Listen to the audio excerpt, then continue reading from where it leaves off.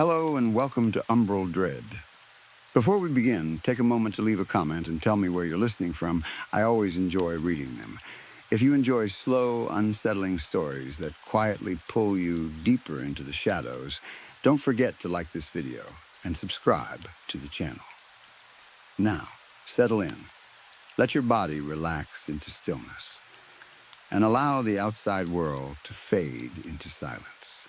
Tonight, something lingers in the dark, waiting for you. So close your eyes.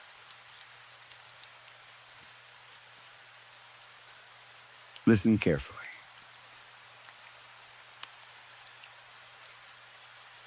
And let yourself drift into the depths of Umbral Dread. Story 1. I was still a child the first time I boarded that boat. Even now, when I look back on that moment, I feel sick with regret. I don't know what convinced me to step onto it. I remember a whisper. Soft, beautiful, gentle, in a way that didn't match the docks at all. Sometimes, on quiet nights, I think I can still hear it. Other times I wonder if I only hear it because my mind needs something to blame besides myself. I know I was a kid because I was at the docks when I wasn't supposed to be. That part is clear. I was there with friends, but their names are gone from me now, like they were erased. My mother warned me about the docks constantly. She called it a place full of con men and drunks and ill folk, and she said it with a sharpness that always made me feel like I'd done something wrong just by being curious. It didn't stop me. If anything, her warnings made me more stubborn.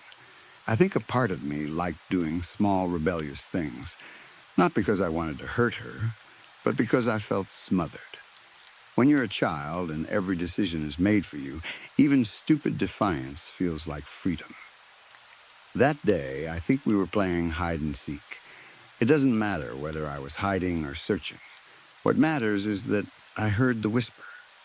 It came in slowly, like something crawling into my ear. It wasn't loud.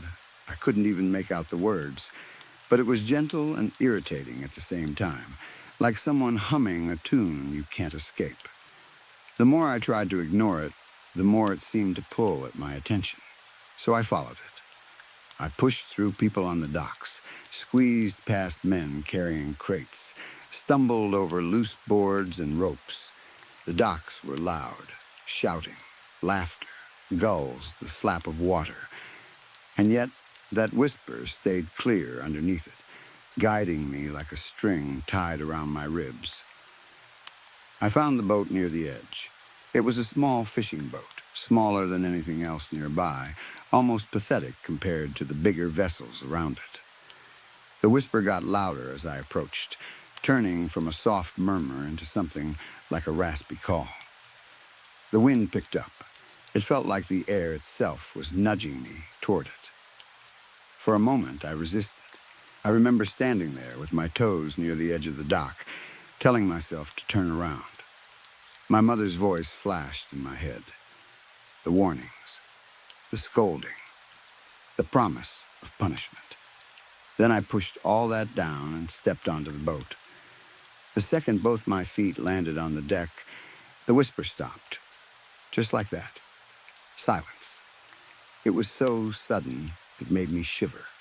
I stood there for a few seconds, waiting for it to start again, but the boat only rocked gently. I started pacing, trying to convince myself it had been nothing, that I'd imagined it.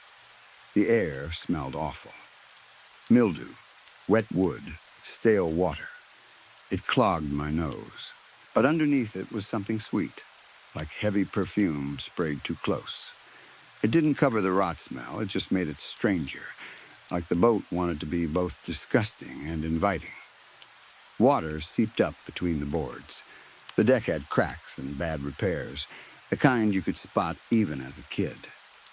I remember thinking the boat looked unsafe and stupid, and my curiosity started to fade into disappointment. I turned to leave. Before I could step back onto the dock, the boat jerked hard.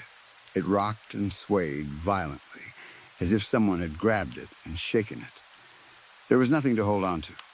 My feet slipped, and I went down, hitting my head on the wet boards.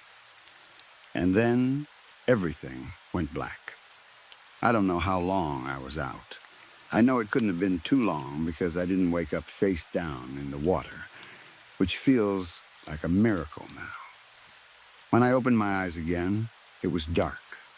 Not dark. Not the sun went down and there are lamps dark. It was the kind of darkness that makes you feel like you're floating in it. I sat up slowly, my head aching, and for a moment I just tried to understand what I'd done. My mother was going to be furious. I remember a ridiculous thought crossing my mind. Maybe I should never go home.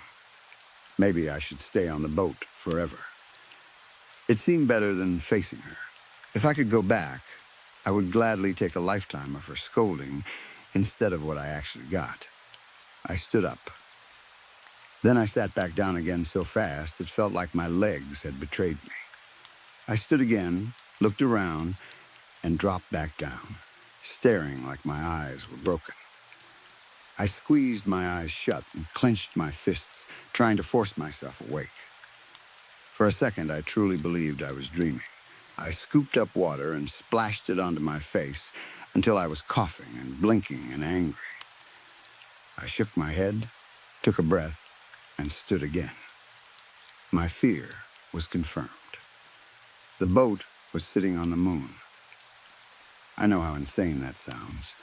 Even writing it now makes me want to stop and laugh at myself. But in my memory, that part is sharp. The ground wasn't dockwood anymore. It wasn't sand or dirt. It was pale and lifeless, full of craters and holes, like the surface had been punched and dug at for centuries. The air felt empty, cold, still. I stepped off the boat, and the moment my foot touched the ground, my body became lighter, not a little lighter. So light, it felt wrong. I didn't drop to the ground the way I expected. I floated down, slow and soft, like a feather settling. And then I laughed. I couldn't help it. I took another step and another, feeling the strange pull of low gravity. I started hopping, then jumping. My laughter echoed out and came back at me, thin and lonely, but still joining my joy. I threw rocks, watching them drift and fall like paper. I tried bigger leaps, lifting off the ground in slow arcs. For that brief stretch of time, I felt untouchable. I felt like nothing could harm me because nothing could even hold me down. Even knowing now that it was the beginning of my ruin, I still remember how free I felt out there. I played until I got bored. That sounds ridiculous, too. But it's true. Even on the moon, even in a place that should have terrified me into silence, I was still a child. Wonder turned into restlessness. Restlessness turned into homesickness. My mother, my friends, my bed, school in the morning. The idea of being late for school hit me like a punch, as if normal life could still reach me out there. I remember crying then, real crying, the kind that shakes your whole chest. Eventually, I dragged myself back onto the boat and sat on the soaked deck, leaning against a creaky board. I didn't know how the boat had moved. I didn't know how it would move again, but I believed it had to. It had brought me there, so it could bring me back. At some point, I fell asleep.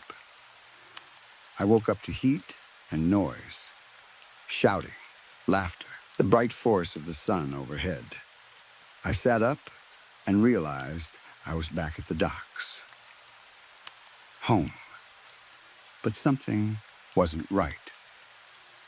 The dock felt different in a way I couldn't name. The sounds were familiar, but the rhythm of them felt off. When I stood, the ground seemed farther away than it should have been. I yawned and startled myself because my voice sounded different, lower, rougher, like it didn't belong in my throat. I didn't stop to think about it. I jumped off that boat and ran for home, already building excuses in my head. I told myself I'd say a group of older boys chased me, that I hid, that I got lost, anything. She'd be too relieved to be angry, I thought. She'd hug me and cry, and then she'd never let me near the docks again. As I got closer to my street, I noticed strange details. The grass in yards looked longer. Some fences looked older. Paint seemed more faded. It felt like I was walking through a version of my neighborhood that had been left out in the rain. I reached my house and hesitated. It looked worn, not destroyed, but aged, like years had passed. I knocked on the door. 3 times, no, 4. I knocked again, harder. I waited, then knocked again because the silence felt wrong. Finally, the door opened.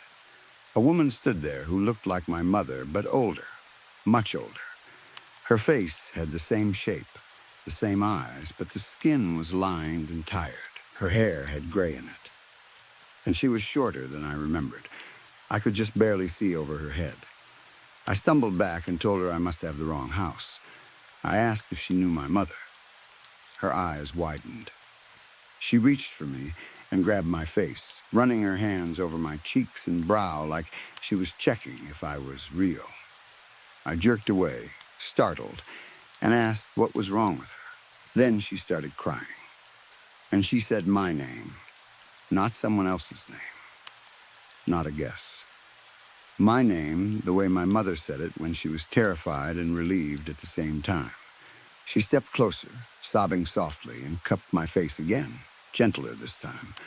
She stared into my eyes like she was trying to pull something out of them. She said my name again. And in that second, something in my mind shifted. If she was my mother, then time had moved without me. And if time had moved, what had it done to me? I pushed past her and ran into the house, ignoring her shouts. I went straight to the washroom and stared into the mirror. It wasn't my face. It was the face of a man. I don't remember everything after that. I remember my mother holding me while she cried, and I sat there staring like my brain had shut down. I remember long nights lying in bed, not sleeping, not speaking much. I never told her what happened. I don't think she wanted to know. I think part of her was afraid that if she learned the truth, she'd lose me again just by understanding it. She seemed grateful to have me back in any form, even if I was broken. But I wasn't me anymore, not fully. My childhood was gone like it had been stolen from my pocket. I hardly ate, I hardly spoke. I walked around like an empty shell wearing my body. Some days I wandered into town with no destination, watching people I once knew living lives I was supposed to live alongside them. I don't know how long I existed like that. Days, months, years. Time got blurry because it didn't feel like it belonged to me. But eventually, the anger arrived. Not a clean anger, not the kind that makes you strong. A hollow one, a useless one. I needed something to aim it at. The boat. That cursed boat had to be the answer. If I could find it again, maybe I could understand what happened. Maybe I could undo it. Maybe it could give me back what it took. So one night, after waiting until darkness covered the streets, I returned to the docks. The whisper came again immediately, like that devilish little spider climbing into my ear, guiding me with gentle insistence. It hooked me and dragged me back to the small fishing boat like I was never free of it at all. I stood on the dock staring at it, hatred tightening my chest. Then I jumped onto it. This time, I didn't sit. I refused to lie down. I told myself I wouldn't black out again. I gripped the nearest piece of wood as if I could hold myself to reality through sheer force. The boat began to rock, gently. The water beneath it started to bubble. Not normal bubbling either, violent churning, like something boiling underneath the surface. The rocking got faster. Water splashed up and hit my face. I tasted salt and spit it out, squinting against it. And then something happened that still doesn't feel possible. The boat dropped, not drifted, not sank slowly. It plummeted. So fast, my stomach lifted into my chest. The force was so sudden I couldn't even scream. I clenched my teeth and held on, feeling my whole body strain against the movement. Darkness swallowed everything like a curtain pulled over my eyes. For a while it was nothing but black. Then the fall slowed. I lost my grip and slammed onto the deck, gasping, expecting water to flood over me. But I could still breathe. That's what terrified me most. The boat had gone down, I was sure of it, yet air still surrounded me. The silence pressed in until it turned into a low, constant hum, like the world itself was vibrating. Then a light appeared outside the boat, a small blue glow, then another, then dozens, then hundreds, all around like floating little spirits. They lit the dark water in soft color, blue, purple, red, orange, enough for me to see that the boat was sitting inside something like a bubble, a pocket of air in an endless deep. From farther out, sounds drifted in, groans and chirps, strange calls that didn't match any ocean animal I'd ever heard. The darkness filled with movement as creatures began to circle the boat. They were not from our world. I don't have better words. They glowed in cool colors and moved like living lanterns. Their shapes were wrong. Some had too many limbs. Some looked half transparent, as if you could see their insides pulsing. Some were small enough to dart like fish. Others were huge enough that when they passed, the whole boat shook. For a moment, I forgot my anger. I was in awe again, the way I'd been on the moon. This time it was deeper, because this beauty felt older than anything humans were meant to see. It felt like peeking into a secret ocean beneath reality. But awe didn't last. I remembered why I came back. I tore through the boat looking for answers. I opened every barrel. I yanked up blankets. I preed at loose boards until my fingers hurt. Above deck, below deck, every corner. Nothing. It was just a fishing boat. Old wood. Bad repairs. Waterlogged boards. Nothing magical. Nothing mechanical. Nothing that explained anything. And as soon as my search ended, the glowing creatures drifted away like they'd lost interest. The lights faded. The darkness returned. The hum stayed, steady and mocking. I collapsed onto the wet deck and hugged my knees. I laughed once, a short, broken laugh. Then it turned into a sob, and then into choking crying that burned my throat. When I finally quieted down, the silence returned like it had been waiting patiently. I lay down on my side with seawater mixing with my tears and closed my eyes. When I woke up again, I was back at the docks in the sunlight, soaking wet and shaking. I didn't move at first. I couldn't. I sat there for a long time, defeated. Then I touched my face and felt hair where there hadn't been enough before. Rougher, thicker. My hands looked different. That was all the confirmation I needed. More years had been taken. I climbed off the boat slowly, cursing it under my breath. On my walk home, I took long detours, wandering through town, trying to see what had changed while I was gone. I saw unfamiliar storefronts, different signs, faces that might have once been familiar, now aged beyond recognition. When I reached my house, I hesitated again. It was still standing, but more worn than before. I imagined my mother, older now, seeing me return again like some cruel joke of fate. I knocked once, twice, 3 times. I waited. I didn't knock again. I turned to leave. The door opened behind me. A man stood there, older than me, with sad, tired eyes.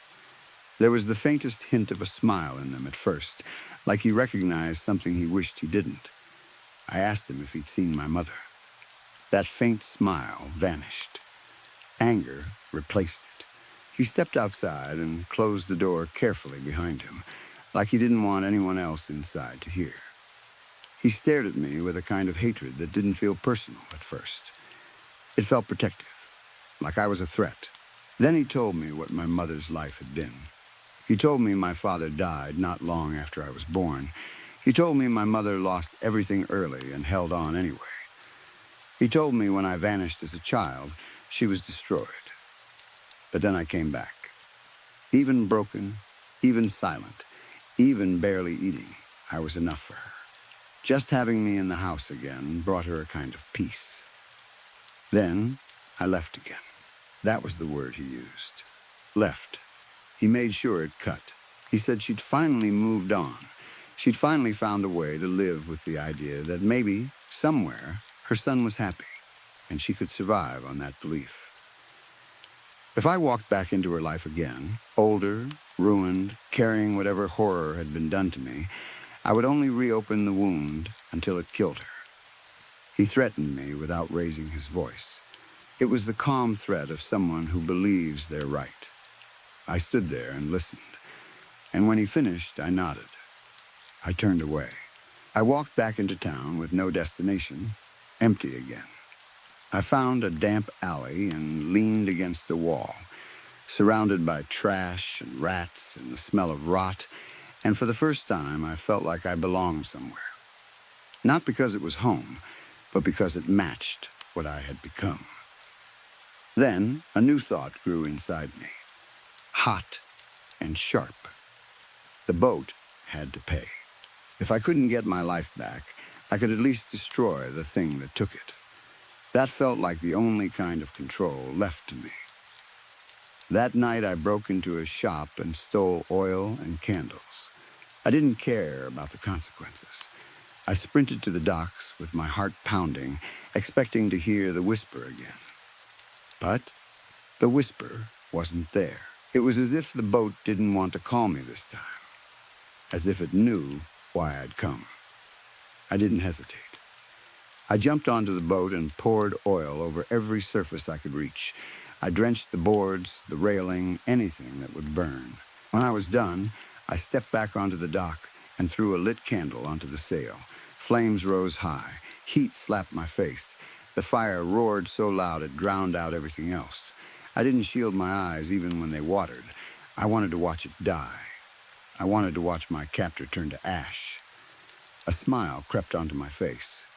Then the fire died down, and the boat was untouched, not scorched, not blackened, not even warm. It sat there creaking and rocking gently, and the sound of it, wood shifting against water, sounded like laughter in my ears. I screamed and jumped back onto it, ready to tear it apart with my bare hands. The moment my feet hit the deck, the boat shot upward. The force pressed me down like a giant palm. I couldn't move. I couldn't even lift my head properly. Seawater sloshed, and I tasted it, stale and bitter. The sky vanished into darkness, and then into stars. When the pressure eased, I stood up shakily, soaked and furious, and gripped the railing so hard splinters bit into my palms. A cold wind pushed against my face, heavy and suffocating, as the boat raced through space like it had always belonged there. Millions of stars surrounded me. As a child, I'd stared at the night sky and thought the stars were close. Out there they looked smaller, not because they were farther, but because I finally understood how huge everything else was. That's when I understood why people call space a void. It isn't empty because there's nothing in it. It's empty because it doesn't care that you're there. I realized then that the real void was inside me, the loneliness that had grown in the spaces where my life should have been. What was I doing? Trying to punish a thing that didn't obey rules? Trying to get revenge on something that could trade me years for a single night? I had been stupid to believe I could win. I let go of the railing and looked at my hands. They were bleeding where the wood had cut me. The salt burned, but I barely noticed. I slumped onto the deck and stared into the shallow pool of water, watching my reflection ripple and break. Then I closed my eyes and waited for sleep to take me, because sleep was the only part of this that felt predictable. I woke under a beating sun again, drenched and groggy. This time I couldn't stand. My bones cracked when I shifted. My muscles ached like they'd been twisted. Pain moved through my back and down my legs. I looked at my hands and saw skin that was wrinkled, spotted, thin as paper. When I tried to push myself up, my arm shook and I collapsed again. A groan escaped me, deep and rough. Then I heard footsteps, small ones, children's voices, shocked and curious. A wave of panic hit me harder than any fear I'd felt for myself. Not because they had seen me, but because they were close to the boat. Too close. If they boarded it, even for a second, they could lose everything the way I had. I screamed at them, not polite warnings, raw screaming. I cursed at them with every ugly word I knew, flailing and thrashing like an animal. They squealed and ran, terrified of the sight of a crazy old man on a wet boat. A few older men rushed in after them. I screamed at them too, telling them not to step aboard, throwing anything I could grab, splashing water, trying to keep them back. They ignored me. They grabbed me gently anyway, like people do when they think they're helping someone who's lost their mind.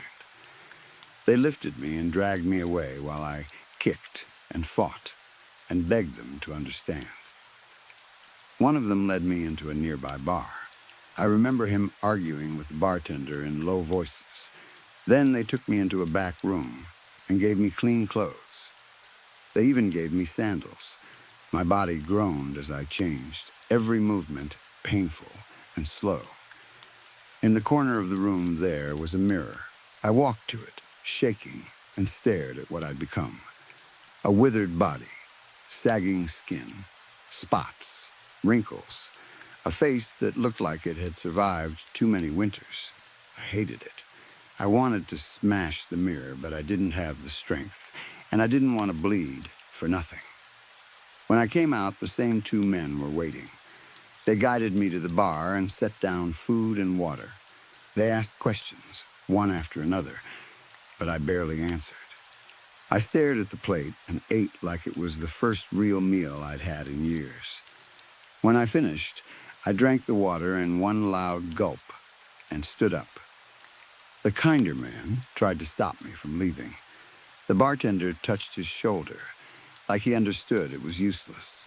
I nodded once, thanked them quietly, and walked out. The streets felt like my town and not my town at the same time. The shapes were familiar, but everything was rearranged by time.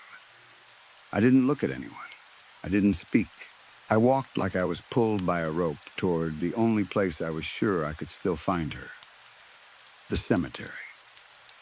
I knew exactly where my mother would be buried. As a boy, I visited my father's grave often, and I knew she'd want to be next to him. When I reached the marker, I lowered myself onto the grass slowly, wincing as my joints complained. For a while, I didn't cry. I just sat there, picking at the blades of grass, staring at her name carved in stone. Then I started talking, and I lied. I told her I ran off to the city and got a job in an office.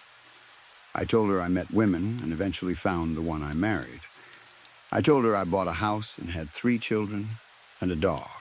I told her my kids grew up and brought their kids to visit me. I told her my wife passed away and we buried her with love. I told her I was only stopping by to say hello before heading back home to babysit my grandchildren, while my oldest son took his wife on vacation. I kept talking because the truth was too ugly to place in front of her grave. But as my story reached its end, my voice broke, and I began to sob, shaking with grief that felt older than my bones. Because even in a lie, I could hear everything I'd lost. And I understood, fully and finally, that the boat hadn't just stolen my time. It had stolen the life I was supposed to have lived. Story 2.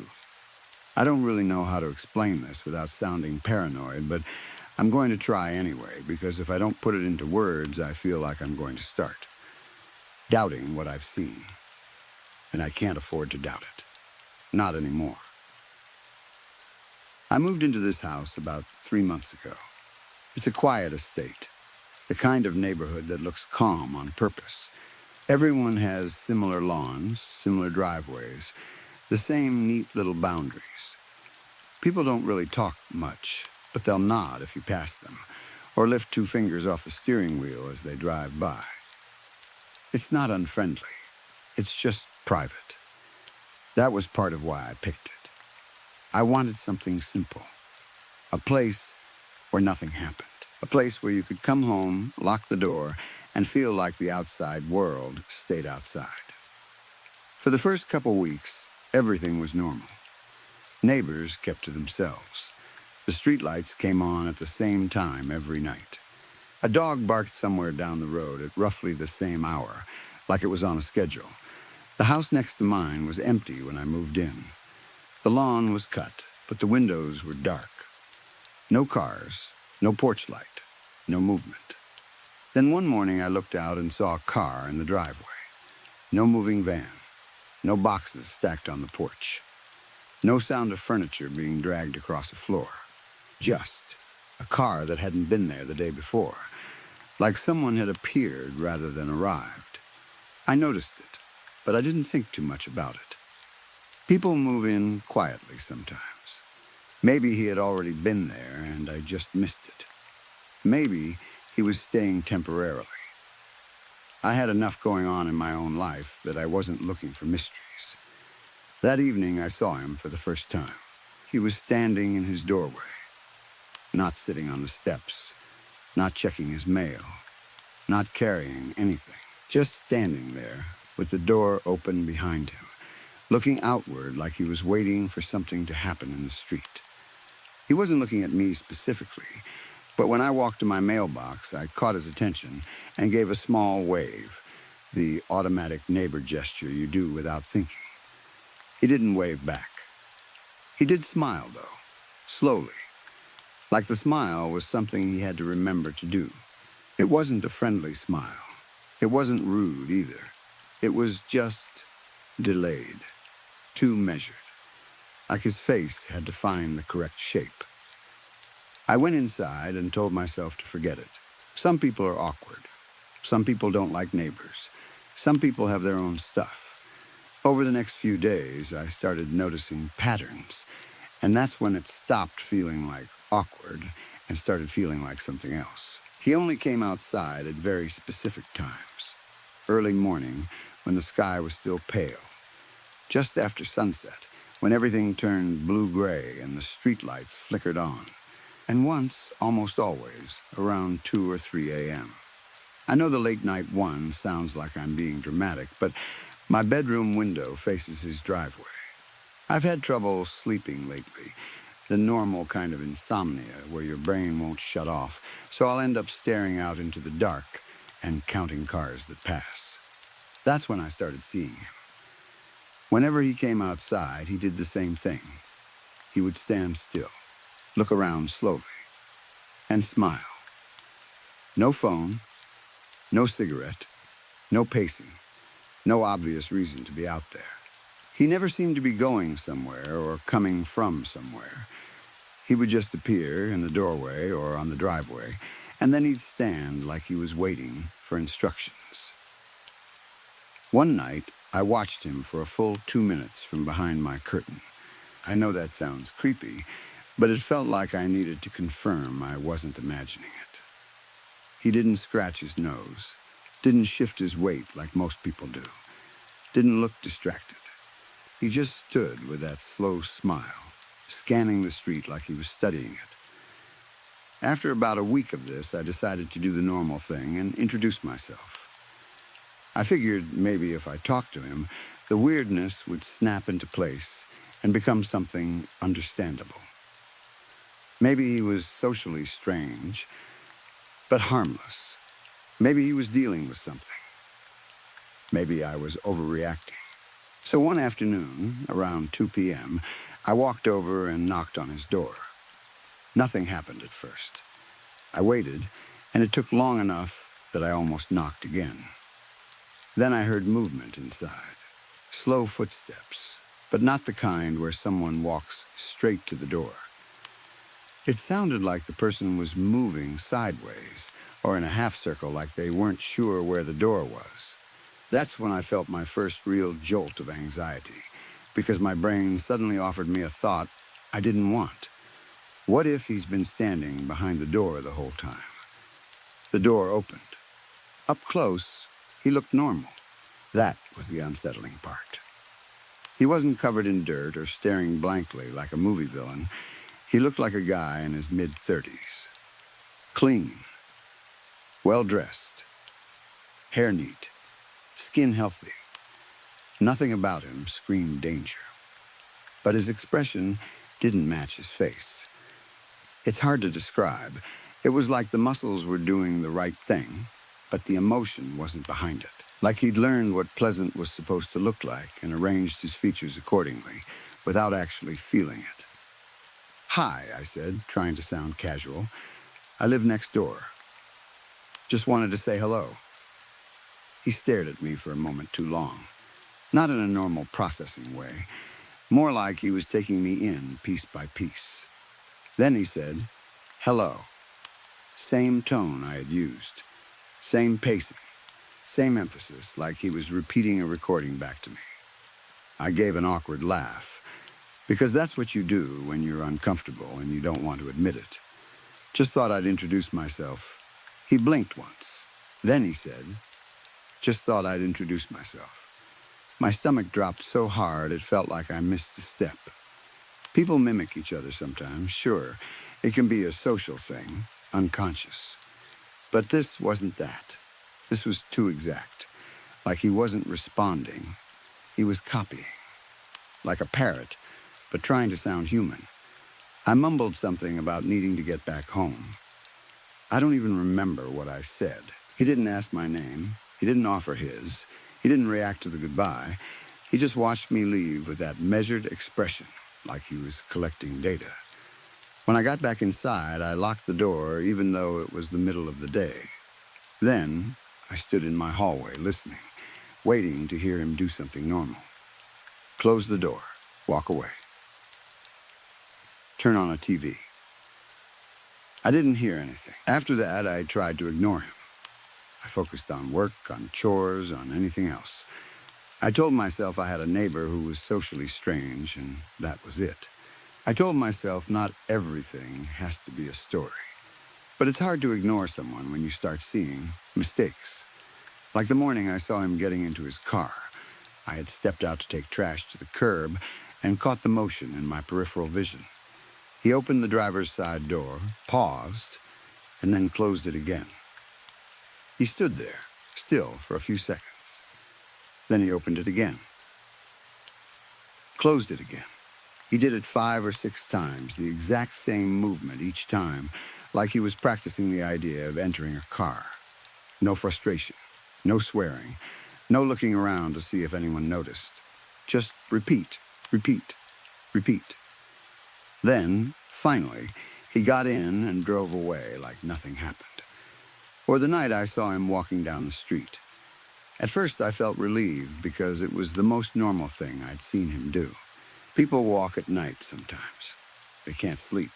They take a loop around the block. But when I watched him more closely, I realized he wasn't walking the way a person walks.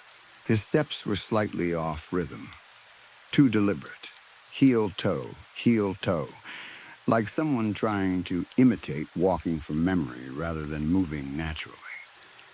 It was only a fraction too slow, but once you noticed it, you couldn't unsee it. Like he was running a script and didn't want to mess up. I started keeping my blinds closed more often. I started checking my locks twice, not because I thought he was dangerous in a normal way, but because the wrongness of him was starting to leak into my routine. It made my house feel less like a safe place and more like a place I needed to defend. The worst part really started last week. I was in my kitchen on a call with a friend. I finally told someone about what I'd been noticing, but I did it in that half-joking way people use when they're embarrassed. Like if I laughed while I explained it, it couldn't sound as crazy. I was saying it was probably just some weird guy. Maybe a neurodivergent neighbor. Maybe someone with a condition. Maybe I should mind my own business. Then I glanced out the kitchen window. He was standing in his driveway. facing my house, smiling. The hairs on my arms lifted. My first thought was that he couldn't possibly know I was talking about him. My windows were closed. The street was quiet. He was too far away to hear anything. And yet his lips were moving. At first I thought he was talking to himself, or humming, or chewing gum. Then I realized he was matching my speech. Not perfectly. Not like a perfect dub. More like he was following along a second behind, forming the same shapes with his mouth. Like he was learning the way I spoke. Learning the timing, the pauses, the little changes in my tone. My throat tightened. I stopped talking mid-sentence. He stopped moving his mouth. But his smile stayed, and somehow it looked better on his face now. Smoother, like he'd practiced it. I didn't tell my friend what I'd just seen. I lied and said my signal was bad and I'd call back later. I ended the call and stood there with my phone in my hand, staring out the window until my eyes started to hurt. That night I barely slept. Every time I drifted off, I'd jolt back awake, expecting to see him outside my window, expecting to hear that slow voice repeating me. Last night is what pushed me from unsettled into actual fear. I woke up around 3 a.m. to a noise downstairs. Not loud, not a crash, just a soft, irregular tapping, like someone touching something lightly and then stopping, then touching again. I lay in bed listening, trying to decide if I was dreaming. My heart was beating too hard. I grabbed my phone for the flashlight and forced myself to get up, because the alternative was lying there, imagining someone already inside the house. I checked the hallway. Empty. I checked the living room. Empty. I checked the front and back doors. Locked. No signs of forced entry. No open windows. The sound came again. Tap, tap, tap. A pause. Tap, tap, tap. It was coming from the kitchen. When I walked in, the room was dark except for the dim light from my phone. I stood still and listened. The tapping was gentle but steady, like someone who knew exactly how much pressure to use. I moved toward the window, and that's when I realized it wasn't tapping. It was fingernails. From the outside, 3 scratches. Pause. 3 scratches. My stomach twisted. I didn't want to look. I could feel my body trying to refuse the motion, like if I didn't see it, it wouldn't be real. But I looked anyway. He was standing right against the glass, so close that his breath fogged the window in a faint oval. His face was inches away from mine, with only a thin pane between us. He was smiling like always, but now the smile looked more confident, like he'd finally gotten it right. For a second, I couldn't move. The phone light shook in my hand. The only sound in my ears was my pulse. Then he raised his hand slowly and tapped the glass 3 times. Tap, tap, tap, exactly like the pattern I'd heard. Then he said something. I couldn't hear it through the window, but I could read his lips because the words were simple, and his mouth moved with a careful precision. And the way he formed those words made my skin crawl, because it was my voice. Not the sound of it, obviously, but the rhythm, the exact pace and shape I used when I spoke. He mouthed clearly. Hi, I live next door. My own introduction, my own words, the line I had said to him at his door. I stumbled back and almost dropped my phone. I didn't scream, I don't know why, maybe because screaming would make it more real, or because some part of me understood that whatever he was, it wanted a reaction. It wanted information. I locked myself in my bedroom and sat on the floor with my back against the door until the sun came up. I didn't sleep. Every time I closed my eyes, I saw his face pressed against the glass, smiling patiently like he could wait all night. In the morning, I told myself I had to do something practical, something normal. Check the cameras, look for proof, make sure I wasn't losing my mind. I have a front door camera. Nothing fancy, but it records motion and saves clips. I pulled up the footage for the night. At 2:17 a.m., the camera detected movement. The clip loaded, and I stopped breathing. Someone was standing on my doorstep. Someone with my height, my posture, my build. The person in the video was wearing the same clothes I had worn earlier that evening. The same hoodie, right down to the stupid crease on the sleeve that never goes away no matter how many times I wash it. The camera's night vision made everything look pale and flat, but the shape of the face was close enough to make my stomach churn.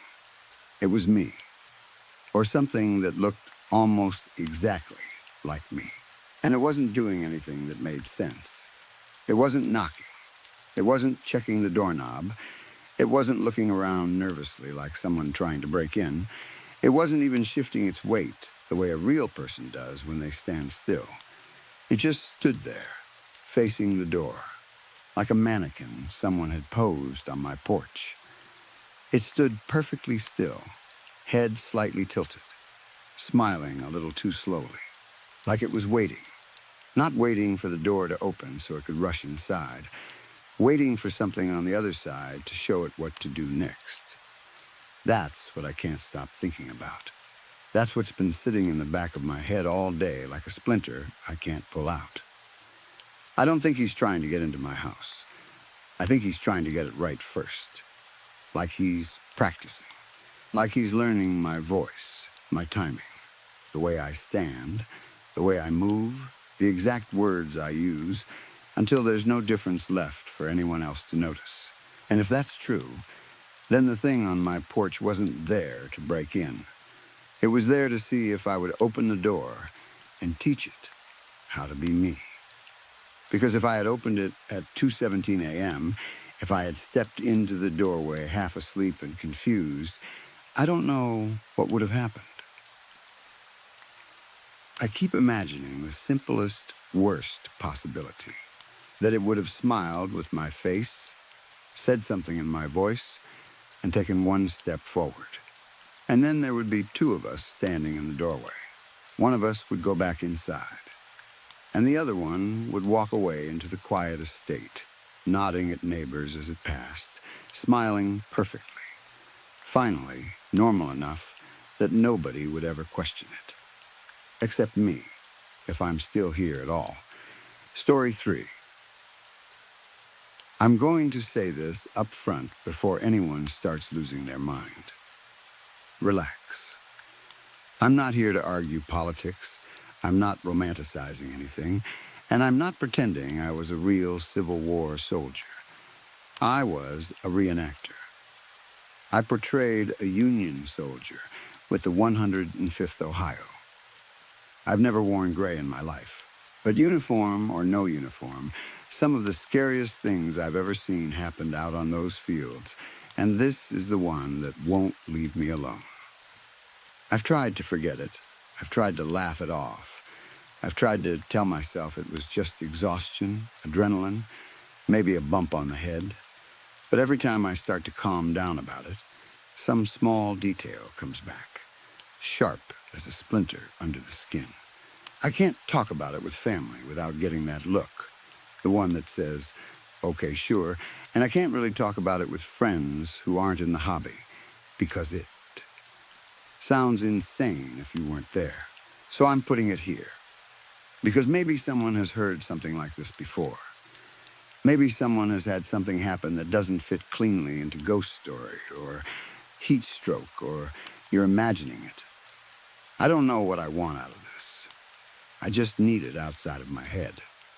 Living history and reenacting can be great, and it can also be unbearable, depending on who you end up around. Some of the best people I've ever met came from this hobby. People who genuinely care about history, who love teaching, who love the craft side of it, the music, the cooking, the forgotten trades. Families who show up not to play soldier, but to show how people actually lived. And then you've got the other type. The ones who can't stop talking about how smart they are for knowing tiny details nobody asked for. like the exact shade of some general's tie at some battle, or the exact button. Count on a coat, or how everybody else is doing it wrong. There are the hard-nosed army guy types who treat their period-correct kit like it makes them tough. There are the good old boy types who want to argue politics around a campfire. There are guys who are just there for the black powder and cigars and a weekend away from real life. It's a mixed crowd, always has been. But there's one thing almost everyone in reenacting has in common, no matter how different they are. They've all seen something weird at some point. Everybody has a ghost story. Everybody has something they swear happened to them. And yeah, I know half of those stories are probably nonsense. People exaggerate. People misunderstand. People get drunk and tell the same story bigger every year. But there's also a smaller set of stories. The ones that don't get told around new people. The ones that only come out when you're sitting with someone you trust. Someone who won't laugh and call you crazy. Those stories are different. They're quieter. The teller looks uncomfortable. They don't make it sound fun. And if you do this hobby long enough, it makes sense that those stories exist. A lot of reenactments and living history events are held in or near state parks, national parks, protected land, places that have seen tragedy, violence, and a lot of human misery. Places where people died, got buried quickly, and were forgotten. A lot of strange things get reported in those areas, even outside of reenacting. So when I say my experience happened out there, I'm not pretending it's the only weird thing to ever occur. I'm saying it happened to me, and I wish it hadn't. It was a siege battle event, the kind with a big earthen fort and battlements, a skirmish line, smoke rolling in low over the ground, and spectators lined up where they can see the action. I was working the skirmish line, not artillery, which is what I usually do. I'm more comfortable with a cannon than a rifle. Give me a rammer and a sponge and a crew, and I'm fine. Hand me a rifle and tell me to look like I know what I'm doing, and I'm basically faking it. Still, it was fun. It was late in the day, and the whole event was building up to the last big push. The final charge over the battlements and into the fort, rebels dug in, Union forces advancing, the whole thing meant to be loud and dramatic and give the audience a big finish. Everybody was in high spirits. You can feel it before those charges, that shared buzz. People laughing between volleys, someone making a joke while they prime their piece, smoke sticking to sweat, boots grinding into dirt and pine straw. The captain is yelling commands, and you're half in a performance and half in a rhythm that feels older than you want to admit. We advanced. The order came. Charge. The line broke, and everybody rushed the fort at once, rifles firing, people yelling, the whole scene turning into controlled chaos, like it always does. It was a hoot. That's the truth. It felt like the perfect ending. I didn't get to charge. I slipped. I'd bought new brogans not long before the event, and the soles were smooth. Too smooth. I hit a patch of grass, and my feet went out from under me. I fell hard off the flank, down into the leaves and pine straw. I remember cussing immediately, because the fall knocked the wind out of me, and my pride got bruised right alongside my ribs. Nobody came to check on me. At first I figured they thought I was doing a death scene, like I was shot and staying down for effect. I waved a little, tried to get someone's attention, but between smoke and noise and the charge happening ahead, I might as well have been invisible. I lay there longer than I meant to, because the world was spinning. My head hurt, my stomach churned. The firing in front of me started to sound distant, like someone had turned the volume down. And then the commotion faded too much. That was the first moment I realized something wasn't right. I pushed myself up, slow, using my rifle like a cane. My vision swam, my ears rang. I remember blinking hard, trying to find the fort, trying to find bodies moving through smoke, trying to hear commands. But there was nothing. No fort, no shouting. No gunfire, no crowd, just woods. And it wasn't even end of battle. Everyone's walking back to camp quiet. It was pure, deep quiet, the kind you get when you're alone somewhere and the world feels too big. It was also night, not dusk, not sun is going down. Night like someone snapped their fingers and stole the sky. The trees around me, pine and oak, stretched out in long, unnatural rows, almost too evenly spaced. The darkness between them didn't look like normal darkness. It looked heavy. I turned in place, trying to spot any light, any lanterns, any glow from camp, any hint of a road. Nothing. I shouted for my buddies. I yelled names. I called out 105th like that would help. My voice sounded swallowed, like the woods didn't want it. I walked in circles.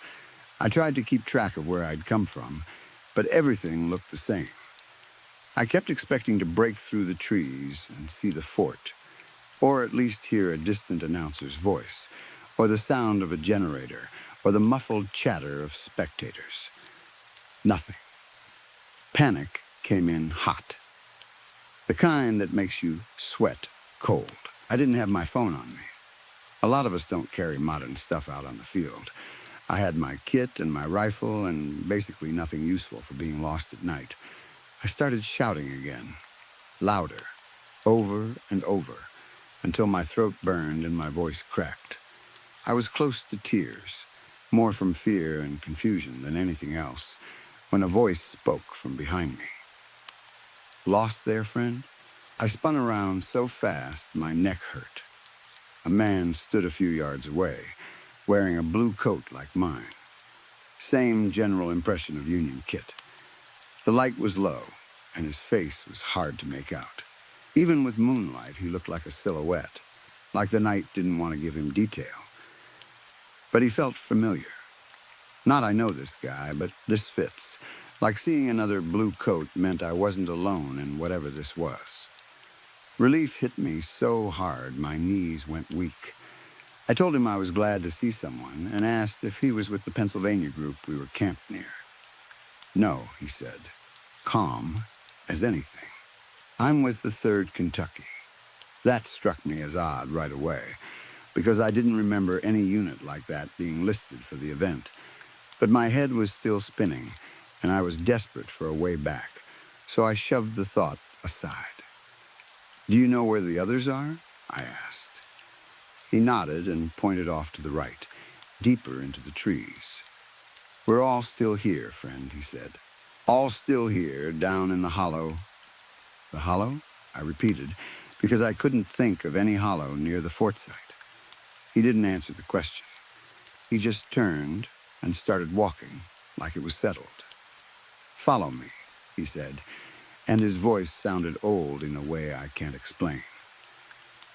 Follow me, and we'll all be back together where we ought to be.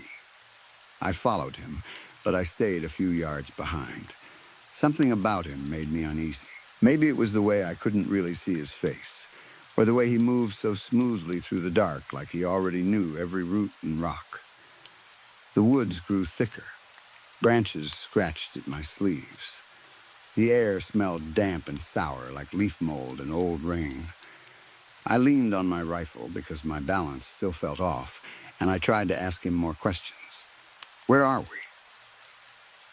What happened to the battle? How long was I out? But every time I spoke, he didn't really respond. He just kept walking. And when he did speak, it was always the same thing, like a line he'd rehearsed. In the hollow is where we lay, he said, and there we remain until the earth forgives us for what we did to it. I remember thinking, what the hell does that even mean? I kept my distance. I watched the brush for movement. I kept expecting to see other reenactors, other lanterns, maybe the edge of the park road. But the deeper we went, the more it felt like the woods were closing. Then he stopped. We reached a dip in the land, a low place where the ground fell away, like a shallow ravine or a ditch. He stood at the edge with his back to me and stared down into it. Here, he said, and pointed. "This ain't no camp," I said. "Where the hell is everyone?" He didn't even get a chance to answer.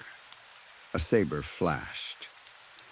I saw steel catch moonlight, and then the blue-coat man's head came off like it was nothing, like his neck was made of wet paper.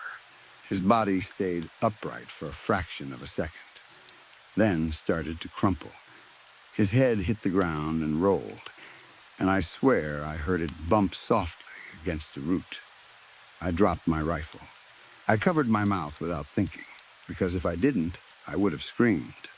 A man in muddy jean cloth stood there holding the sword. He wore gray.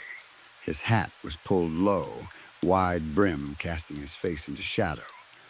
He stepped forward and started hacking into the headless body, swinging with wild, angry arcs, like he wasn't killing a man so much as punishing an object. My legs turned to water. The rebel looked up at the sound of me moving. Even with his face hidden by the hat, I could feel his eyes lock onto me. "You ain't supposed to be here," he said. He said it again, quieter, like it was a fact carved into him. "You ain't supposed to be here." He raised the saber and staggered toward me. He moved wrong. That's what my brain kept screaming. He moved like something held together by hate and mud. His steps were jagged, uneven, like his joints didn't match his bones. He was so thin he looked like a scarecrow in cloth. I stumbled backward. I tried to run, but my body didn't want to cooperate. I tripped and scrambled on the ground, hands slipping on leaves, and he kept coming. "You ain't supposed to be." His words cut off. A bayonet burst out of his chest. A bluecoat behind him drove the blade through like he'd done it 100 times. The rebel's body jerked, and then the bluecoat hauled him down hard, using the rifle like a lever. The rebel hit the dirt with a wet thud. Then more figures appeared. They crawled up from the dip, from the hollow. Men in gray and men in blue, but they didn't look like reenactors. Their uniforms were wrong. Ragged, mud-stained, torn, faces smeared dark. They came out of that hollow like the ground was giving birth to them. And they fought. Not staged fighting, not the safe stuff we do for crowds. They smashed rifle stocks into skulls. They tackled each other in the dirt and stabbed with bowie knives. They punched and bit and clawed like animals. I watched one man drag another by the collar, while the other tried to hold his own guts in with shaking hands. Then they started pulling bodies back into the hollow. Each side, blue and gray, dragged their fallen down into the dip. Like the hollow wasn't just a low spot in the ground, but a place that belonged to them. A place they had to return to. The rebel swordsman was no different. 2 men grabbed his ankles and dragged him backwards into the pit, his arms limp. The bayonet and rifle still stuck through him like a handle. The fighting kept going, spilling in and out of that dip. For a few seconds, I honestly thought I'd wandered into some group of violent maniacs on drugs, like some horrific backwoods cult, reenacting the war in the worst possible way. My brain tried to make it modern, explainable. I waited for the sound of sirens. I waited for someone to yell stop, for a ranger to appear, for flashlights, for anything that belonged to the real world. Nothing came. Instead, I saw the thing that finally broke me. At the edge of the drop, standing still and limp, was the body of the man who had led me here. Still headless, still upright. His shoulders turned toward me, slowly, as if the body could see without eyes. He raised an arm and pointed down into the hollow, and I heard his voice in my head, clear as if he was standing next to me again. "The hollow is where we lay, and there we remain until the earth forgives us for what we did to it." That was it. I ran. I didn't care where I went. I didn't care if I broke my ankle. I ran through trees and brush, branches snapping back into my face, my lungs burning, my head pounding, my kit catching on vines. I kept expecting hands to grab me from behind.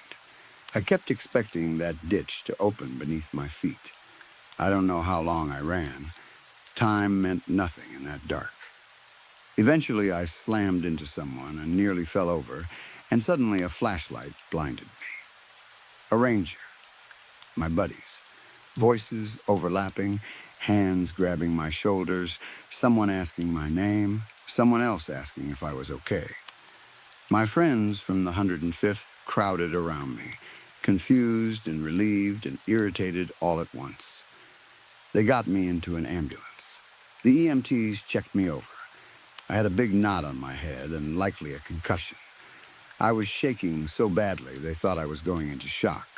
They asked me basic questions, and I answered like I was underwater. My buddies kept asking what happened.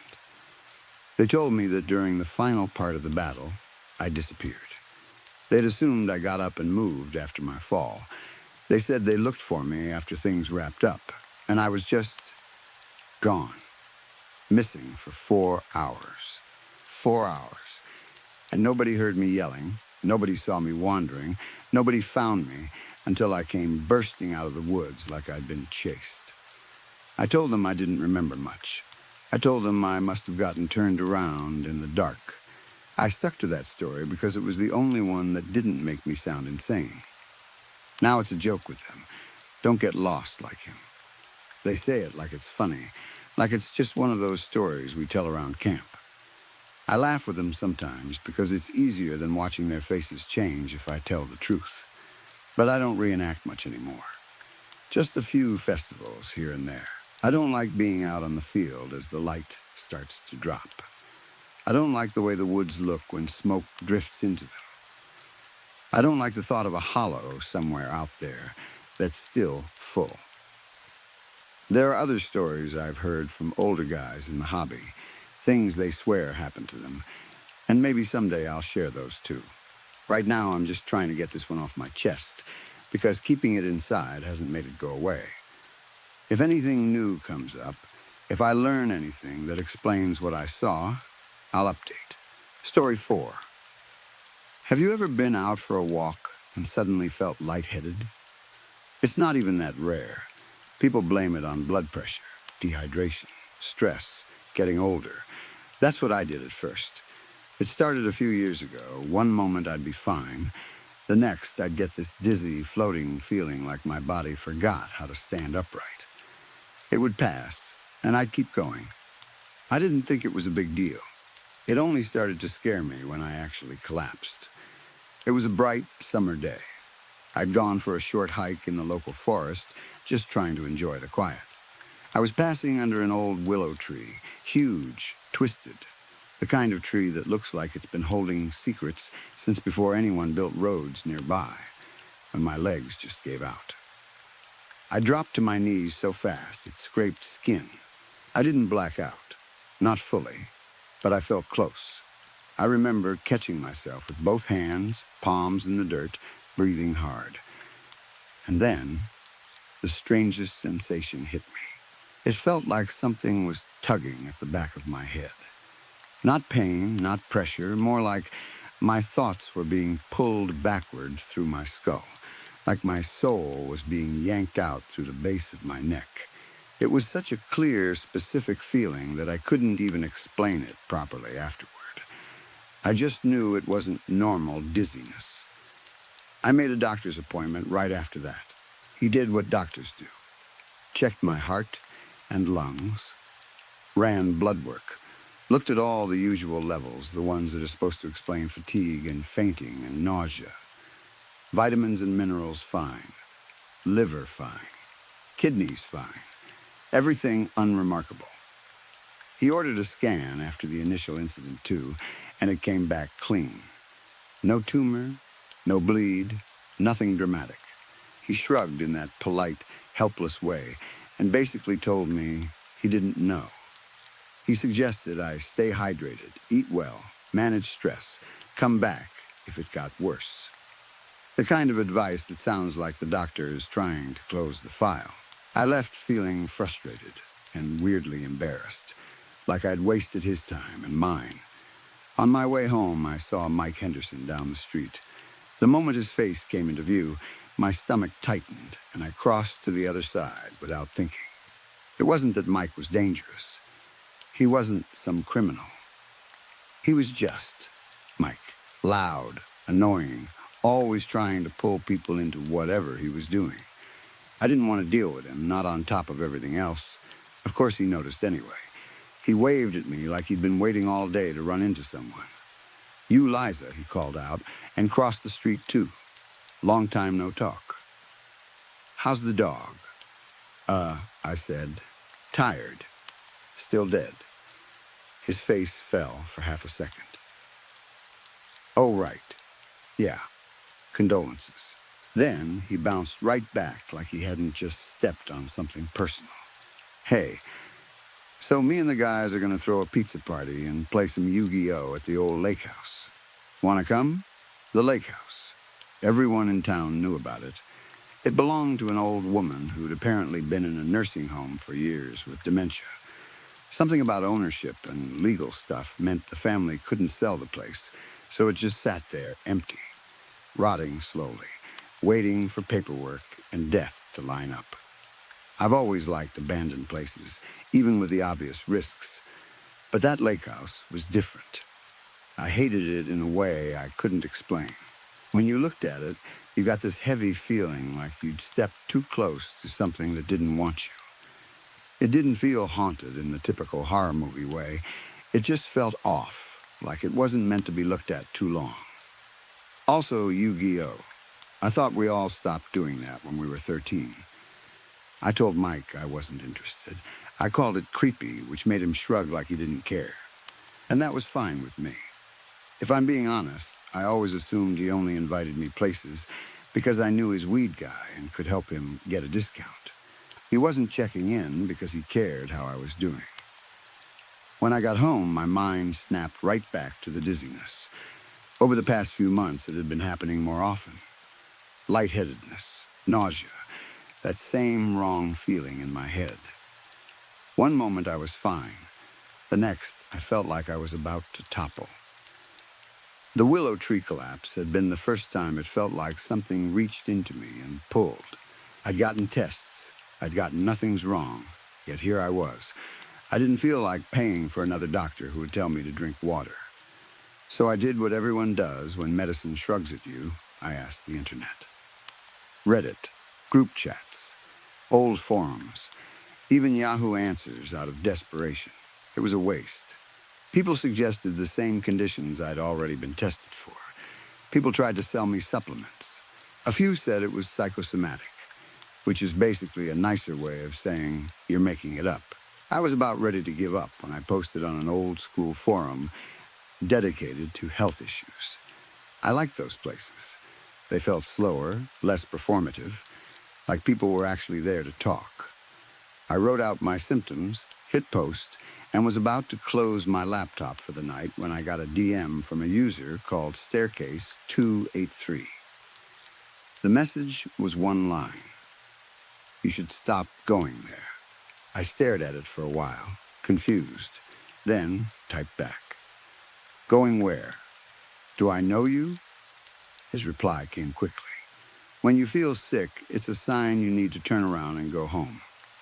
I actually laughed a little, not because I wasn't unsettled, but because it sounded like the kind of obvious advice you'd get from someone trying to feel helpful. I typed back something casual, trying to keep the conversation friendly even though it felt weird. "Well, probably, yeah. I dunno, I don't like turning around in the middle of a walk lull." A new message appeared. "Do not go stray beyond the light of God." I whispered, "The hell?" Out loud, alone in my room. It sounded like a troll, like someone playing creepy prophet for fun. So I asked him what happens if I do. His answer hit me harder than it should have. "You know you shouldn't, Liza." I hadn't told him my name. My username on that forum wasn't my name. I'd created the account just for this post. No profile details, no connection. I typed back anyway, trying to laugh it off because I didn't know what else to do. "I'm going to do it anyway, lol." No response. He didn't go offline. I could see he was still active. But he didn't answer again. I tried a few more messages and got nothing. I closed my laptop and sat there in the quiet feeling like the room had shifted, like the walls were too close, like the world outside my window wasn't real, but the inside of my room didn't feel like home either. That night, I realized something important. I had never connected the symptoms to a specific place. I'd always assumed it was random, just something my body did sometimes when I walked. But what if it wasn't random? What if it was a boundary I'd been crossing without noticing? The next day, I decided to test it. Instead of walking my normal route, I took my bike. I wanted to remove the walking variable, prove to myself I wasn't getting dizzy because I was simply on my feet too long. And sure enough, when I rode past the underpass, the symptoms started. Lightheadedness, the familiar nausea, that faint tugging sensation behind my head. It was weaker on the bike at first, like it took a moment to catch up, but it was there. As I cycled past a field of mugwort, stuff that always made me sneeze, I felt the dizziness sharpen, and I wondered if it was allergies. It would have been so comforting if it was allergies. Allergies are boring and solvable. I stopped near the willow tree where I'd collapsed a month earlier. I didn't go under it. I just stood there with my bike, staring at it like it might move. That's when I noticed something I'd never seen before. A piece of paper was wedged into the bark, tucked into a crack like someone had shoved it there carefully. I reached up and pulled it out. It was a child's drawing, crayon or colored pencil. A girl, a tall man, and a door. The three of them standing in a field of flowers. The style was childish, but the picture made my stomach drop anyway because it felt personal, like it was meant to be found by someone specific. I folded it and shoved it into my pocket. Then I did the last part of the experiment. I turned around. As soon as I started going back the way I came, the symptoms eased. The lightheadedness faded. My head cleared. My body felt steadier. I even felt a small surge of energy, like something had been pressing down on me and finally lifted. That's when I knew it wasn't random. It wasn't just exercise. It wasn't only pollen. Something about direction mattered. Something about going farther in mattered. That night I couldn't sleep. If it was air pollution or a gas leak somewhere, turning around wouldn't fix it instantly. If it was mugwort, I would still feel bad on the way back. None of it made sense. And the drawing in the willow tree kept replaying in my mind. Who put it there? Why there? But the thing that really kept me awake was Staircase 283. How did he know my name? I opened my laptop and searched him. I found a Reddit profile with no photo and almost no activity. One post, dated years ago. It was in a subreddit called r/x102_37, but the post was deleted. I messaged him on Reddit. No response. The next morning, I started asking around. I posted on a couple forums asking if anyone knew a user by that name, if anyone had interacted with him. Weeks passed because school got busy, and honestly, I wanted to forget the whole thing. But when I checked the thread again, someone replied with a lead. They said they used to be friends with him. They'd met through a game, Warframe, and talked for years before he changed. According to this person, Staircase started posting pictures of the moon constantly. He'd send cryptic messages about fault lines being wrong. Sometimes he'd get angry, talk about being watched, about gang stalking, then hang up. The next day, he'd apologize, but he'd never explain what set him off. Other times, he'd go numb like nothing mattered. Once, when he got invited to play games like old times, he only replied, "It's cold when you get this deep." Then, on April 27th, 2019, he vanished. No one had heard from him since. I checked Staircase's Reddit post again. It was dated 2019, too. My stomach tightened. I replied to the forum poster asking if they knew anything else. spelling, name, anything. They took a while, but eventually said they thought his real name was Lukas Shevchik or Susik, something like that. They weren't sure how to spell it. I needed a break. I went to the convenience store for a sandwich. On the way there, I passed Mike again. This time, he didn't wave. He didn't talk. He didn't even seem to see me. He was standing there, staring into space, like he was trapped in his own head. His face looked tired in a way I'd never seen on him, like he hadn't slept in days. For a second, I considered asking if he was okay, but he scared me more like that than he did when he was obnoxious. I got my food, and when I came out, he was gone. Back home, I looked up the name. It took a couple hours, mostly because I had to guess spellings, but eventually I found that Lukas Shevchik was a Polish name. Then I found a missing persons report from May 2019. A man by that name had disappeared from his hometown of Ronki, reported missing by his family, never found. There was even a Facebook post from his family asking for leads, no replies. So I told myself maybe it was a coincidence. Maybe Staircase was just a creepy username and I'd built a whole story around it. Then he emailed me. The message was short. Are you coming? No subject line, no explanation. 3 things about that email made my blood feel thin. First, he somehow had my email address. I'm not perfect about privacy, but I'm not careless either.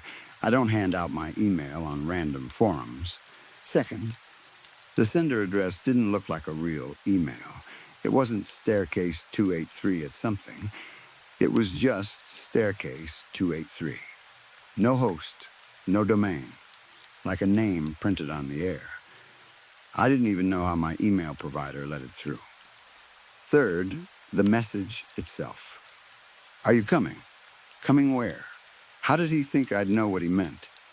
After that, my sleep got worse. I started waking up in a panic, without remembering what I dreamed.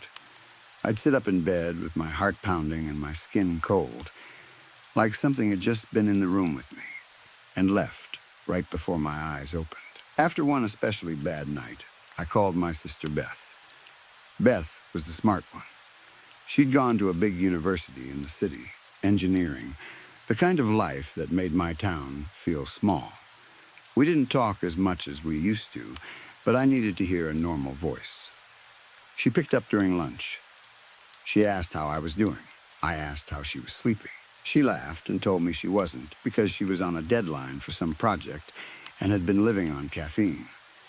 Then she asked what was new with me.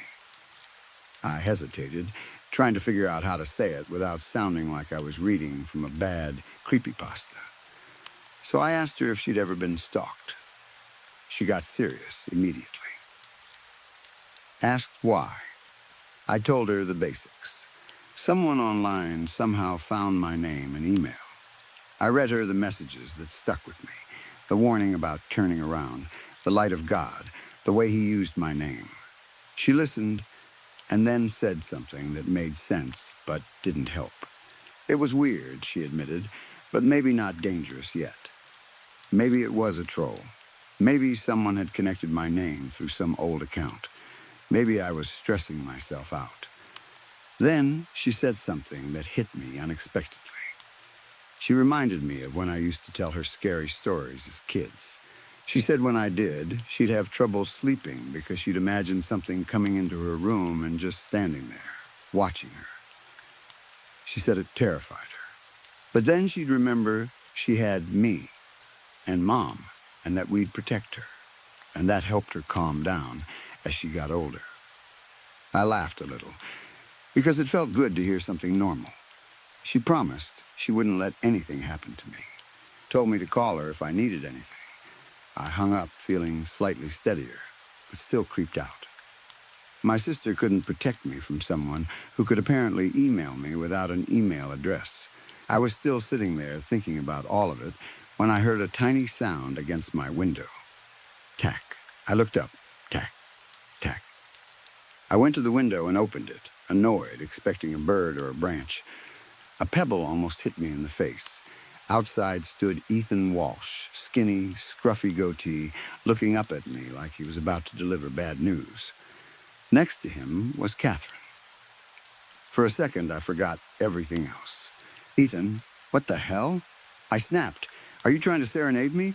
It's not even, oh shit. Kath? Hi. What are you doing with this dork? Catherine gave a small wave, not really smiling. Ethan didn't joke back. Can you come down?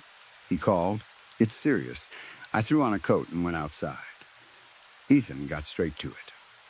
Henderson's missing. It took a second for the words to land. What? I said, because my brain didn't want to accept it. Ethan looked like he'd been holding this in too long. He's been gone since 4 days ago. There's a police report. You didn't hear? Catherine stared at the ground. I remembered she'd had a thing for Mike once, back in the day, and the way she looked now made my stomach sink further. We started walking down Market Street, the three of us moving like we needed motion to keep from falling apart.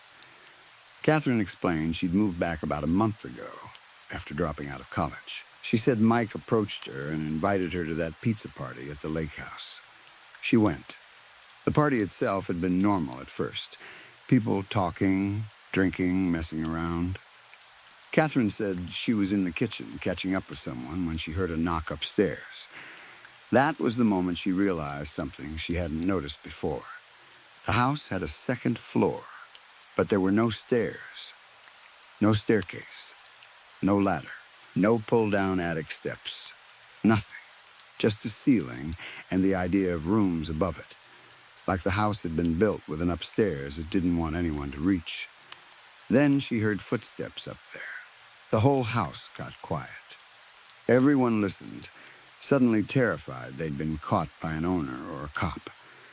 But Catherine said the fear felt different, sharper. Like whatever was upstairs was worse than getting arrested for trespassing. Mike, trying to act tough in front of the girls, announced he was going up there.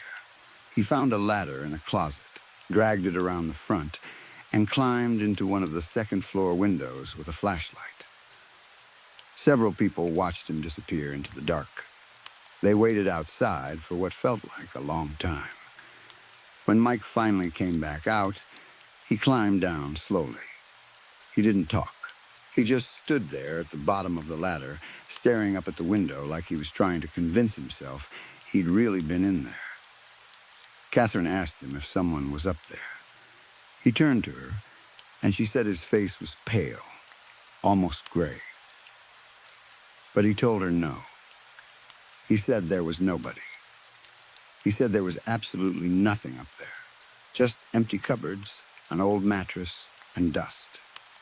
Catherine left after that. She went home with someone else because she'd had enough of the weird feeling. According to friends who stayed, Mike didn't really socialize after that. He stayed, but he seemed checked out, just staring off into space. Catherine tried to forget it all until she ran into him a few days later. That's when he told her what he hadn't told anyone else. He said the room with the mattress wasn't just dusty. It looked like someone had been there recently. The window was open. There was a sharp nail sticking out, and a small drop of blood on the sill like someone had cut themselves climbing out. He assumed a squatter had been spooked by the party and fled. Then he noticed a closet in the corner. The closet door was half open. He couldn't see inside. He told Catherine his heart sank the moment he saw it, because some part of him knew he had to look anyway. He walked over, flashlight raised like a weapon, and flung the closet open. No person, just papers. But when he looked closer, he saw the papers were child drawings, and mixed in with them were Polaroids. He flipped one over, dates written on the back, most of them taken 10 to 14 years ago, and almost all of them were pictures of children sleeping. That was disturbing enough.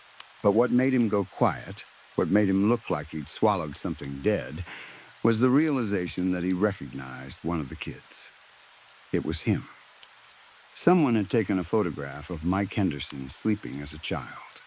flash on in his bedroom more than a decade ago. And that photo had been sitting in a closet in the upstairs of the lake house. There were other photos, too. He recognized other kids. Catherine said my name then, softly, like she didn't want to say it, and she pulled a picture out of her bag and handed it to me. It was me, my bedroom, exactly as it had been 12 years ago. Same furniture, same angle, same details. A flash reflecting off something near my bed. It was so precise that my hands started shaking as I held it. There was no mistaking it. The final Polaroid wasn't of a kid. It was of an old metal staircase. Ethan told me the date written on the back of that one. February 2nd, 1983. My throat went dry. I didn't even want to speak, because if I said it out loud, it would become real. It was February 6th, 2023. And Mike Henderson had been missing for 4 days. Story 5. At about 10:30 tonight, I heard a knock at the front door. It wasn't loud or frantic, just a simple knock like someone dropping off a package. When I opened the door, the porch was empty. No footsteps on the walkway, no car lights fading down the street, nobody standing in the shadows trying to be funny. Sitting on my welcome mat was a small mason jar. It looked normal at first glance, like something you'd buy at a craft store. The lid was screwed on tight, but inside the jar, whatever was in there was alive in the grossest possible way. The substance only filled the jar halfway, yet it bubbled as if it had heat under it. Little blisters formed on the surface and popped. It rose and fell slowly, like it was breathing. My first thought was that someone had left me some kind of homemade gift. My second thought was that it was a prank. My third thought, the one that made my throat tighten, was that I knew exactly what it was. I crouched down and picked it up carefully, holding it away from my body like it might bite me. The glass was cool and slightly damp. I tightened the lid by instinct, twisting until I couldn't twist anymore, and I waited for the doughy mess to suffocate inside. I told myself out loud that I was never messing with fermentation again. Not after last year's sourdough nightmare. That's the part I can't say casually to anyone without getting a look. People hear sourdough starter and they think of baking videos in rustic kitchens. They think of flour dust on a counter and that warm smell of bread. They don't think of the basement at my grandmother's house. They don't think of a thing that can spell. They don't think of how something can feel familiar in a way that makes you want to cry and vomit at the same time. Last year, my grandmother disappeared without a trace. No note, no witness, no evidence that she'd left on her own. Her friends said she had seemed distracted lately. The neighbor across the street said they hadn't seen her bring groceries in for days. The police asked the usual questions with the usual blank faces. After a while, everyone started treating it like one of those sad mysteries that never gets solved. People moved on. I didn't. We were close. Not holiday visit close. Real close. When I was little, I spent weekends at her house. I learned how to read sitting at her kitchen table. I learned what it meant to be comforted there, in that warm, safe house that smelled like soap and old books and whatever she had simmering on the stove. That's why I noticed the change in her right away. About a month before she disappeared, she started acting. Off. Not confused exactly, not sick, just secretive in a way that didn't fit her. She'd stop talking mid-sentence like she was listening for something. She'd smile at things that weren't funny. And she kept sneaking down to the basement with a massive cookbook held tight against her chest like she was carrying something fragile. My grandmother had always cooked, but she wasn't the kind of person who hid recipes like they were classified information. She liked sharing. She liked teaching. So when she started going down there, once, then twice, then sometimes several times a day, it made my skin prickle. Every time she disappeared down those steps, I had this urge to follow her, but I never did. The basement was her space. She had always been weirdly private about it. It's just storage, she'd say, too quickly. Don't worry about it. Then she was gone. After a few days of phone calls that went straight to voicemail and a knot of panic that wouldn't untie, I was the one who ended up being sent to her house. Not officially sent, not by police, just by family. Because somebody had to check the place, clean up, deal with the realities she had left behind. The house felt wrong the second I walked in. It wasn't messy. It wasn't broken into. It was just abandoned in a way that didn't match her. The air was stale. The silence felt thick, like it had been sitting there accumulating. I tried not to think about the basement. I told myself to do practical things first. Laundry, dishes, collect important papers, look through drawers for anything that might explain where she went. Eventually, I went upstairs to her bedroom. I moved slowly, like if I went too fast, I might miss something important. I opened the closet and saw her sweaters neatly hung, her shoes still lined up. It looked like she had planned to come back. I started checking the dresser drawers, looking for anything. In the back of one drawer, under folded scarves, I found an envelope with my name, printed carefully on the front. My name wasn't scribbled or rushed. It was written in that neat handwriting I knew so well, the kind of handwriting that made grocery lists look elegant. My hands shook as I opened it. Inside was an old key, rusty around the edges, and beneath it a frayed piece of paper, folded small. I unfolded the paper, and my stomach tightened. In the same pristine handwriting it said, "Feed Dolores." Lock the door. For a second I just stared at the words, waiting for them to make sense. Dolores. It sounded like a name, like Dolores, but twisted into a joke about dough. I didn't realize she was keeping anything alive in the basement. I didn't even know she still went down there. Not really, until the last month. But the key in my hand made it very clear that she wanted me to go down there. And worse, she wanted me to feed whatever was there. I stood in the hallway with the envelope and the note and the key, and I tried to talk myself out of it. I tried to find any other explanation. Maybe it was a nickname for something. Maybe it was an inside joke. Maybe Dolores was a cat, a small dog, a rabbit she had rescued and kept hidden for some reason. But the instructions were too simple to be a joke. Feed it. Lock the door. I walked to the basement door like I was walking toward a dare I didn't want to accept. The door was old, painted over so many times the edges looked soft. I put my hand on the knob and felt how cold it was. No one went down there besides my grandmother. Not me, not my parents, not visitors. It had always been a rule in a house that didn't have many rules. And during those last few weeks, she had been going in and out constantly, sometimes several times in a few hours, always with that cookbook, always with that secret look like she didn't want to be caught doing something she knew she shouldn't be doing. I slid the key into the lock. It fit perfectly, like it had been waiting for me. I turned it, and the lock clicked. I opened the door. A wave of smell rolled out immediately, sharp and tangy, like vinegar and yeast and something faintly rotten. The basement was windowless. The darkness inside didn't look like normal darkness. It looked thick, like it had texture. I took a step onto the first stair and reached for the light switch by memory. My foot squished into something.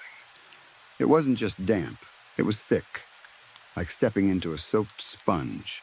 My shoe stuck, and when I tried to pull it back, it resisted. I yelped and lost my balance, and for a moment I thought I was going to slide down the stairs and crack my head open. But I didn't slide. The further down I went, the more that gooey substance grabbed me, sticking to my shoes and the bottom of my jeans like glue. It didn't behave like spilled liquid. It clung. It pulled. It held on with a slow persistence. I fought my way downward using the handrail and reached out blindly for the light switch. When I found it, I flicked it up. The basement lit up instantly, and my brain rejected what it saw. The walls weren't bare cinder block like I remembered. The stairs weren't dusty concrete. Everything was coated in a fleshy, colored substance that was not quite solid and not quite liquid. It covered the steps. It crawled up the walls in uneven layers. It bubbled gently, like it was fermenting, but the bubbles looked wet and alive, reflecting the light in a way that made the whole room seem too bright for a single bulb. The bubbling wasn't calm. It felt angry, like it was doing all that motion on purpose. I turned to leave immediately. I didn't care about the key. I didn't care about being brave. All I wanted was to get back upstairs, wash whatever this was off my shoes, lock the basement door, and pretend I had never found the envelope. I reached toward my pocket. The key was gone. I looked down and saw it had slipped from my hand at some point and disappeared into the roiling mess on the steps like it had been swallowed. My breath caught. Panic shot through me. I turned back toward the basement, because what else could I do? I couldn't lock the door without the key. I couldn't leave the basement door open with something like this down here. But then another thought pushed through the panic, slow and horrible. The bubbles looked like they were forming a pattern. I told myself it was just my brain searching for shapes in randomness, like seeing faces in clouds, like reading meaning into noise. But the pattern held. The bubbles rose in certain places and collapsed in others, and the surface smoothed itself out in lines. The thing undulated, and letters formed as if written by an invisible hand. "Hi, darling," it spelled. I felt my throat tighten. I actually said no out loud, as if that single word could undo what I was seeing. I started backing up the stairs, pulling my feet free with wet, sucking sounds. If I could get out, I could call someone. I could wait for help. I could do anything except be alone with this. But it followed. It didn't rush. It didn't splash. It inched. Lumpy tendrils rose from the mass like arms reaching toward me, stretching and collapsing slowly, inviting rather than attacking. It moved with a kind of confidence that made me feel like it knew I wasn't getting away. "What are you?" I pleaded, and I hated how small I sounded. I needed it to be a hallucination.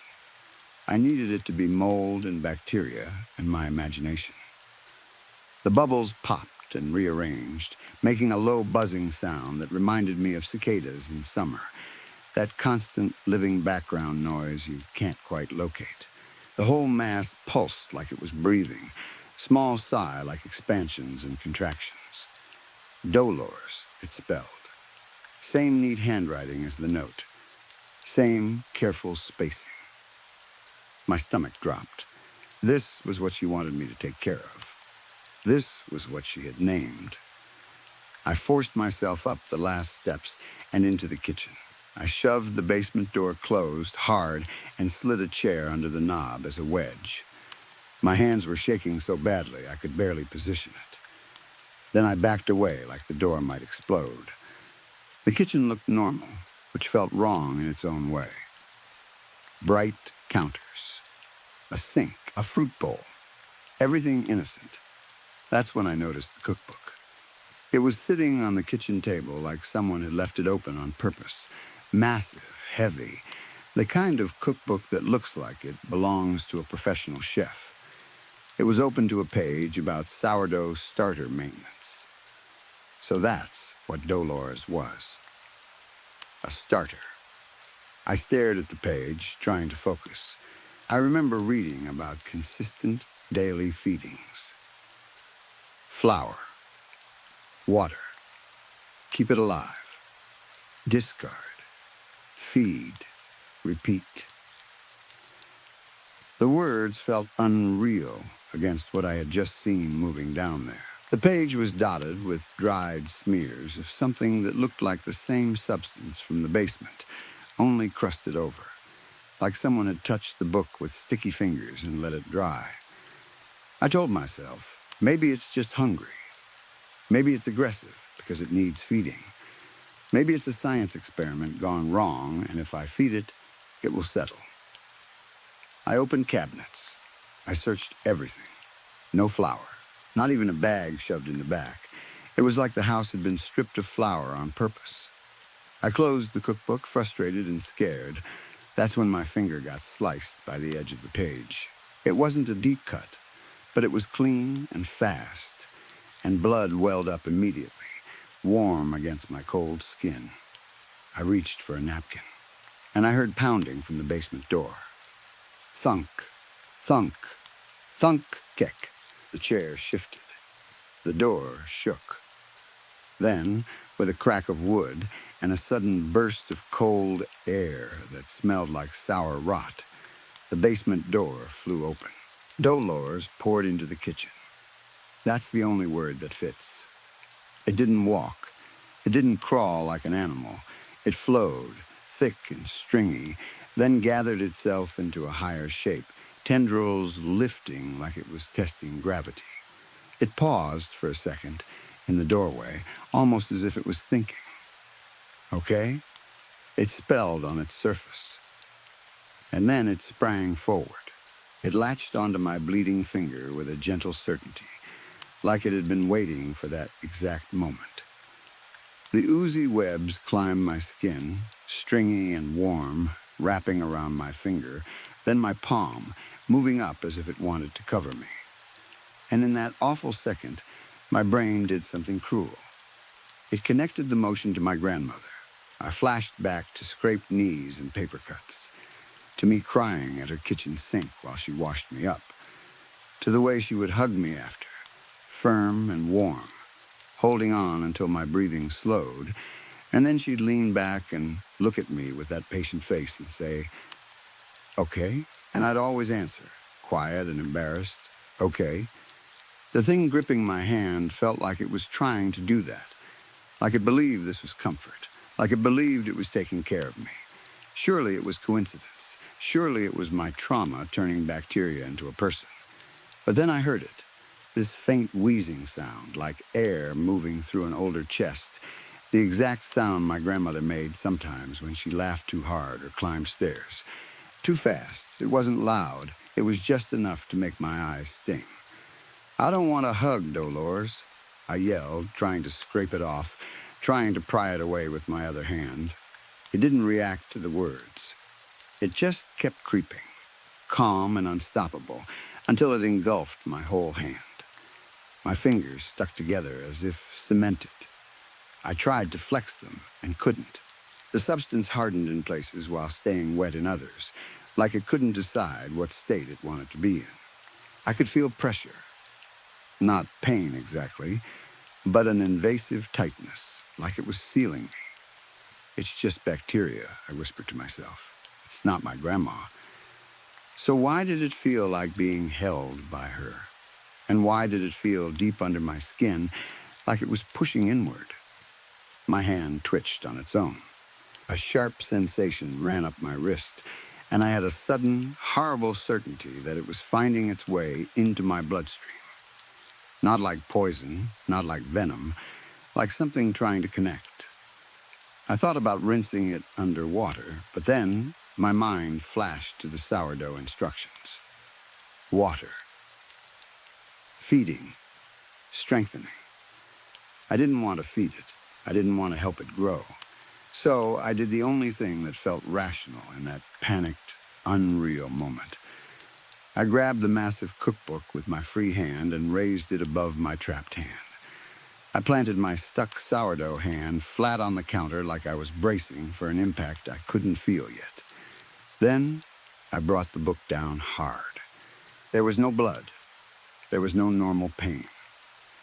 Just a quick, clean snap like breaking a piece of chalk. Where my hand had been, there was a crumpled, brittle pile, dried flour and water texture, cracked and pale, as if my skin had turned into a stale crust.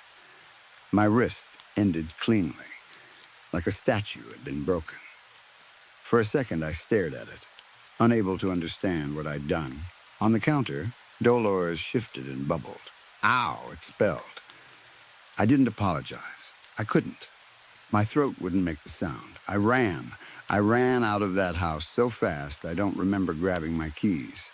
I don't remember closing the front door. I just remember the air outside hitting my face and the sound of my own breathing turning into something animal. I have honestly never run that fast in my life. I didn't go back. My grandmother's body was never found. Not really, not in a way that gave anyone closure. Over time, people stopped searching in any serious way. There were theories. She ran away. She fell somewhere. She had a medical episode. The world likes explanations that don't involve impossible things. I kept my mouth shut. Who would believe me? Even if someone did believe me, what would they do? Arrest a jar of fermenting flesh? I tried to move on. I got used to telling myself it was over. I got used to living without my grandmother's voice, without her hugs, without her steady presence. I told myself that whatever had happened in that basement had stayed there. Until tonight. Because now there's a mason jar on my kitchen counter, and inside it a bubbling substance is rising and collapsing like a slow breath. And I'm writing this down because I have a feeling it matters that someone knows. I set the jar down and watched it for a long time. The lid looked tight. The glass looked thick. I told myself it couldn't get out. I told myself it was just pressure from fermentation, and it would settle. Then the jar shuddered.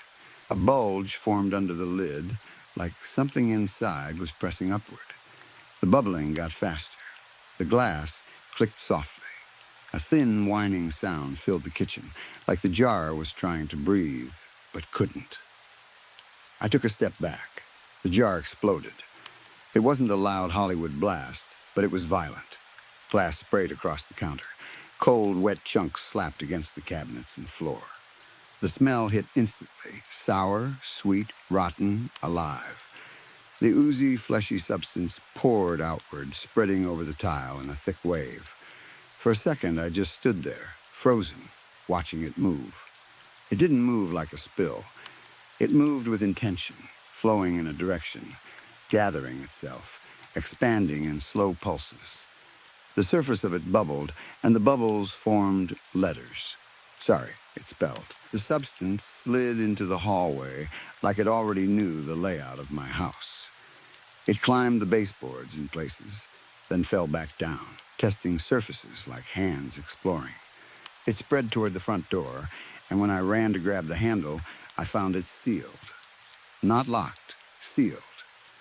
The substance had crept up and hardened around the edges like caulk, then thickened, then turned into something like cement. The doorknob wouldn't turn. The door wouldn't budge. It was as if my house had decided it wasn't going to let me leave. Behind me, the ooze swelled. Lumpy tendrils rose from it, reaching toward me, slow and patient, like arms opening for an embrace. I backed up until my shoulders hit the wall. My chest felt too tight to breathe properly. My mind raced through every option. Window, back door, anything. But the sound of that slow bubbling followed me like a voice, clearing its throat. Those tendrils hovered in front of me as if waiting for permission. And the worst part is that some part of me recognized the shape of the gesture, that familiar, impossible comfort.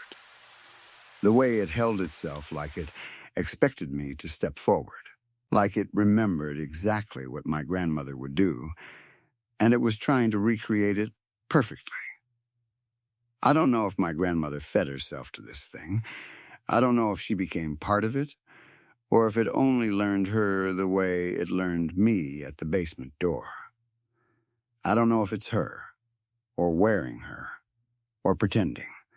I only know it came back to my doorstep like a gift.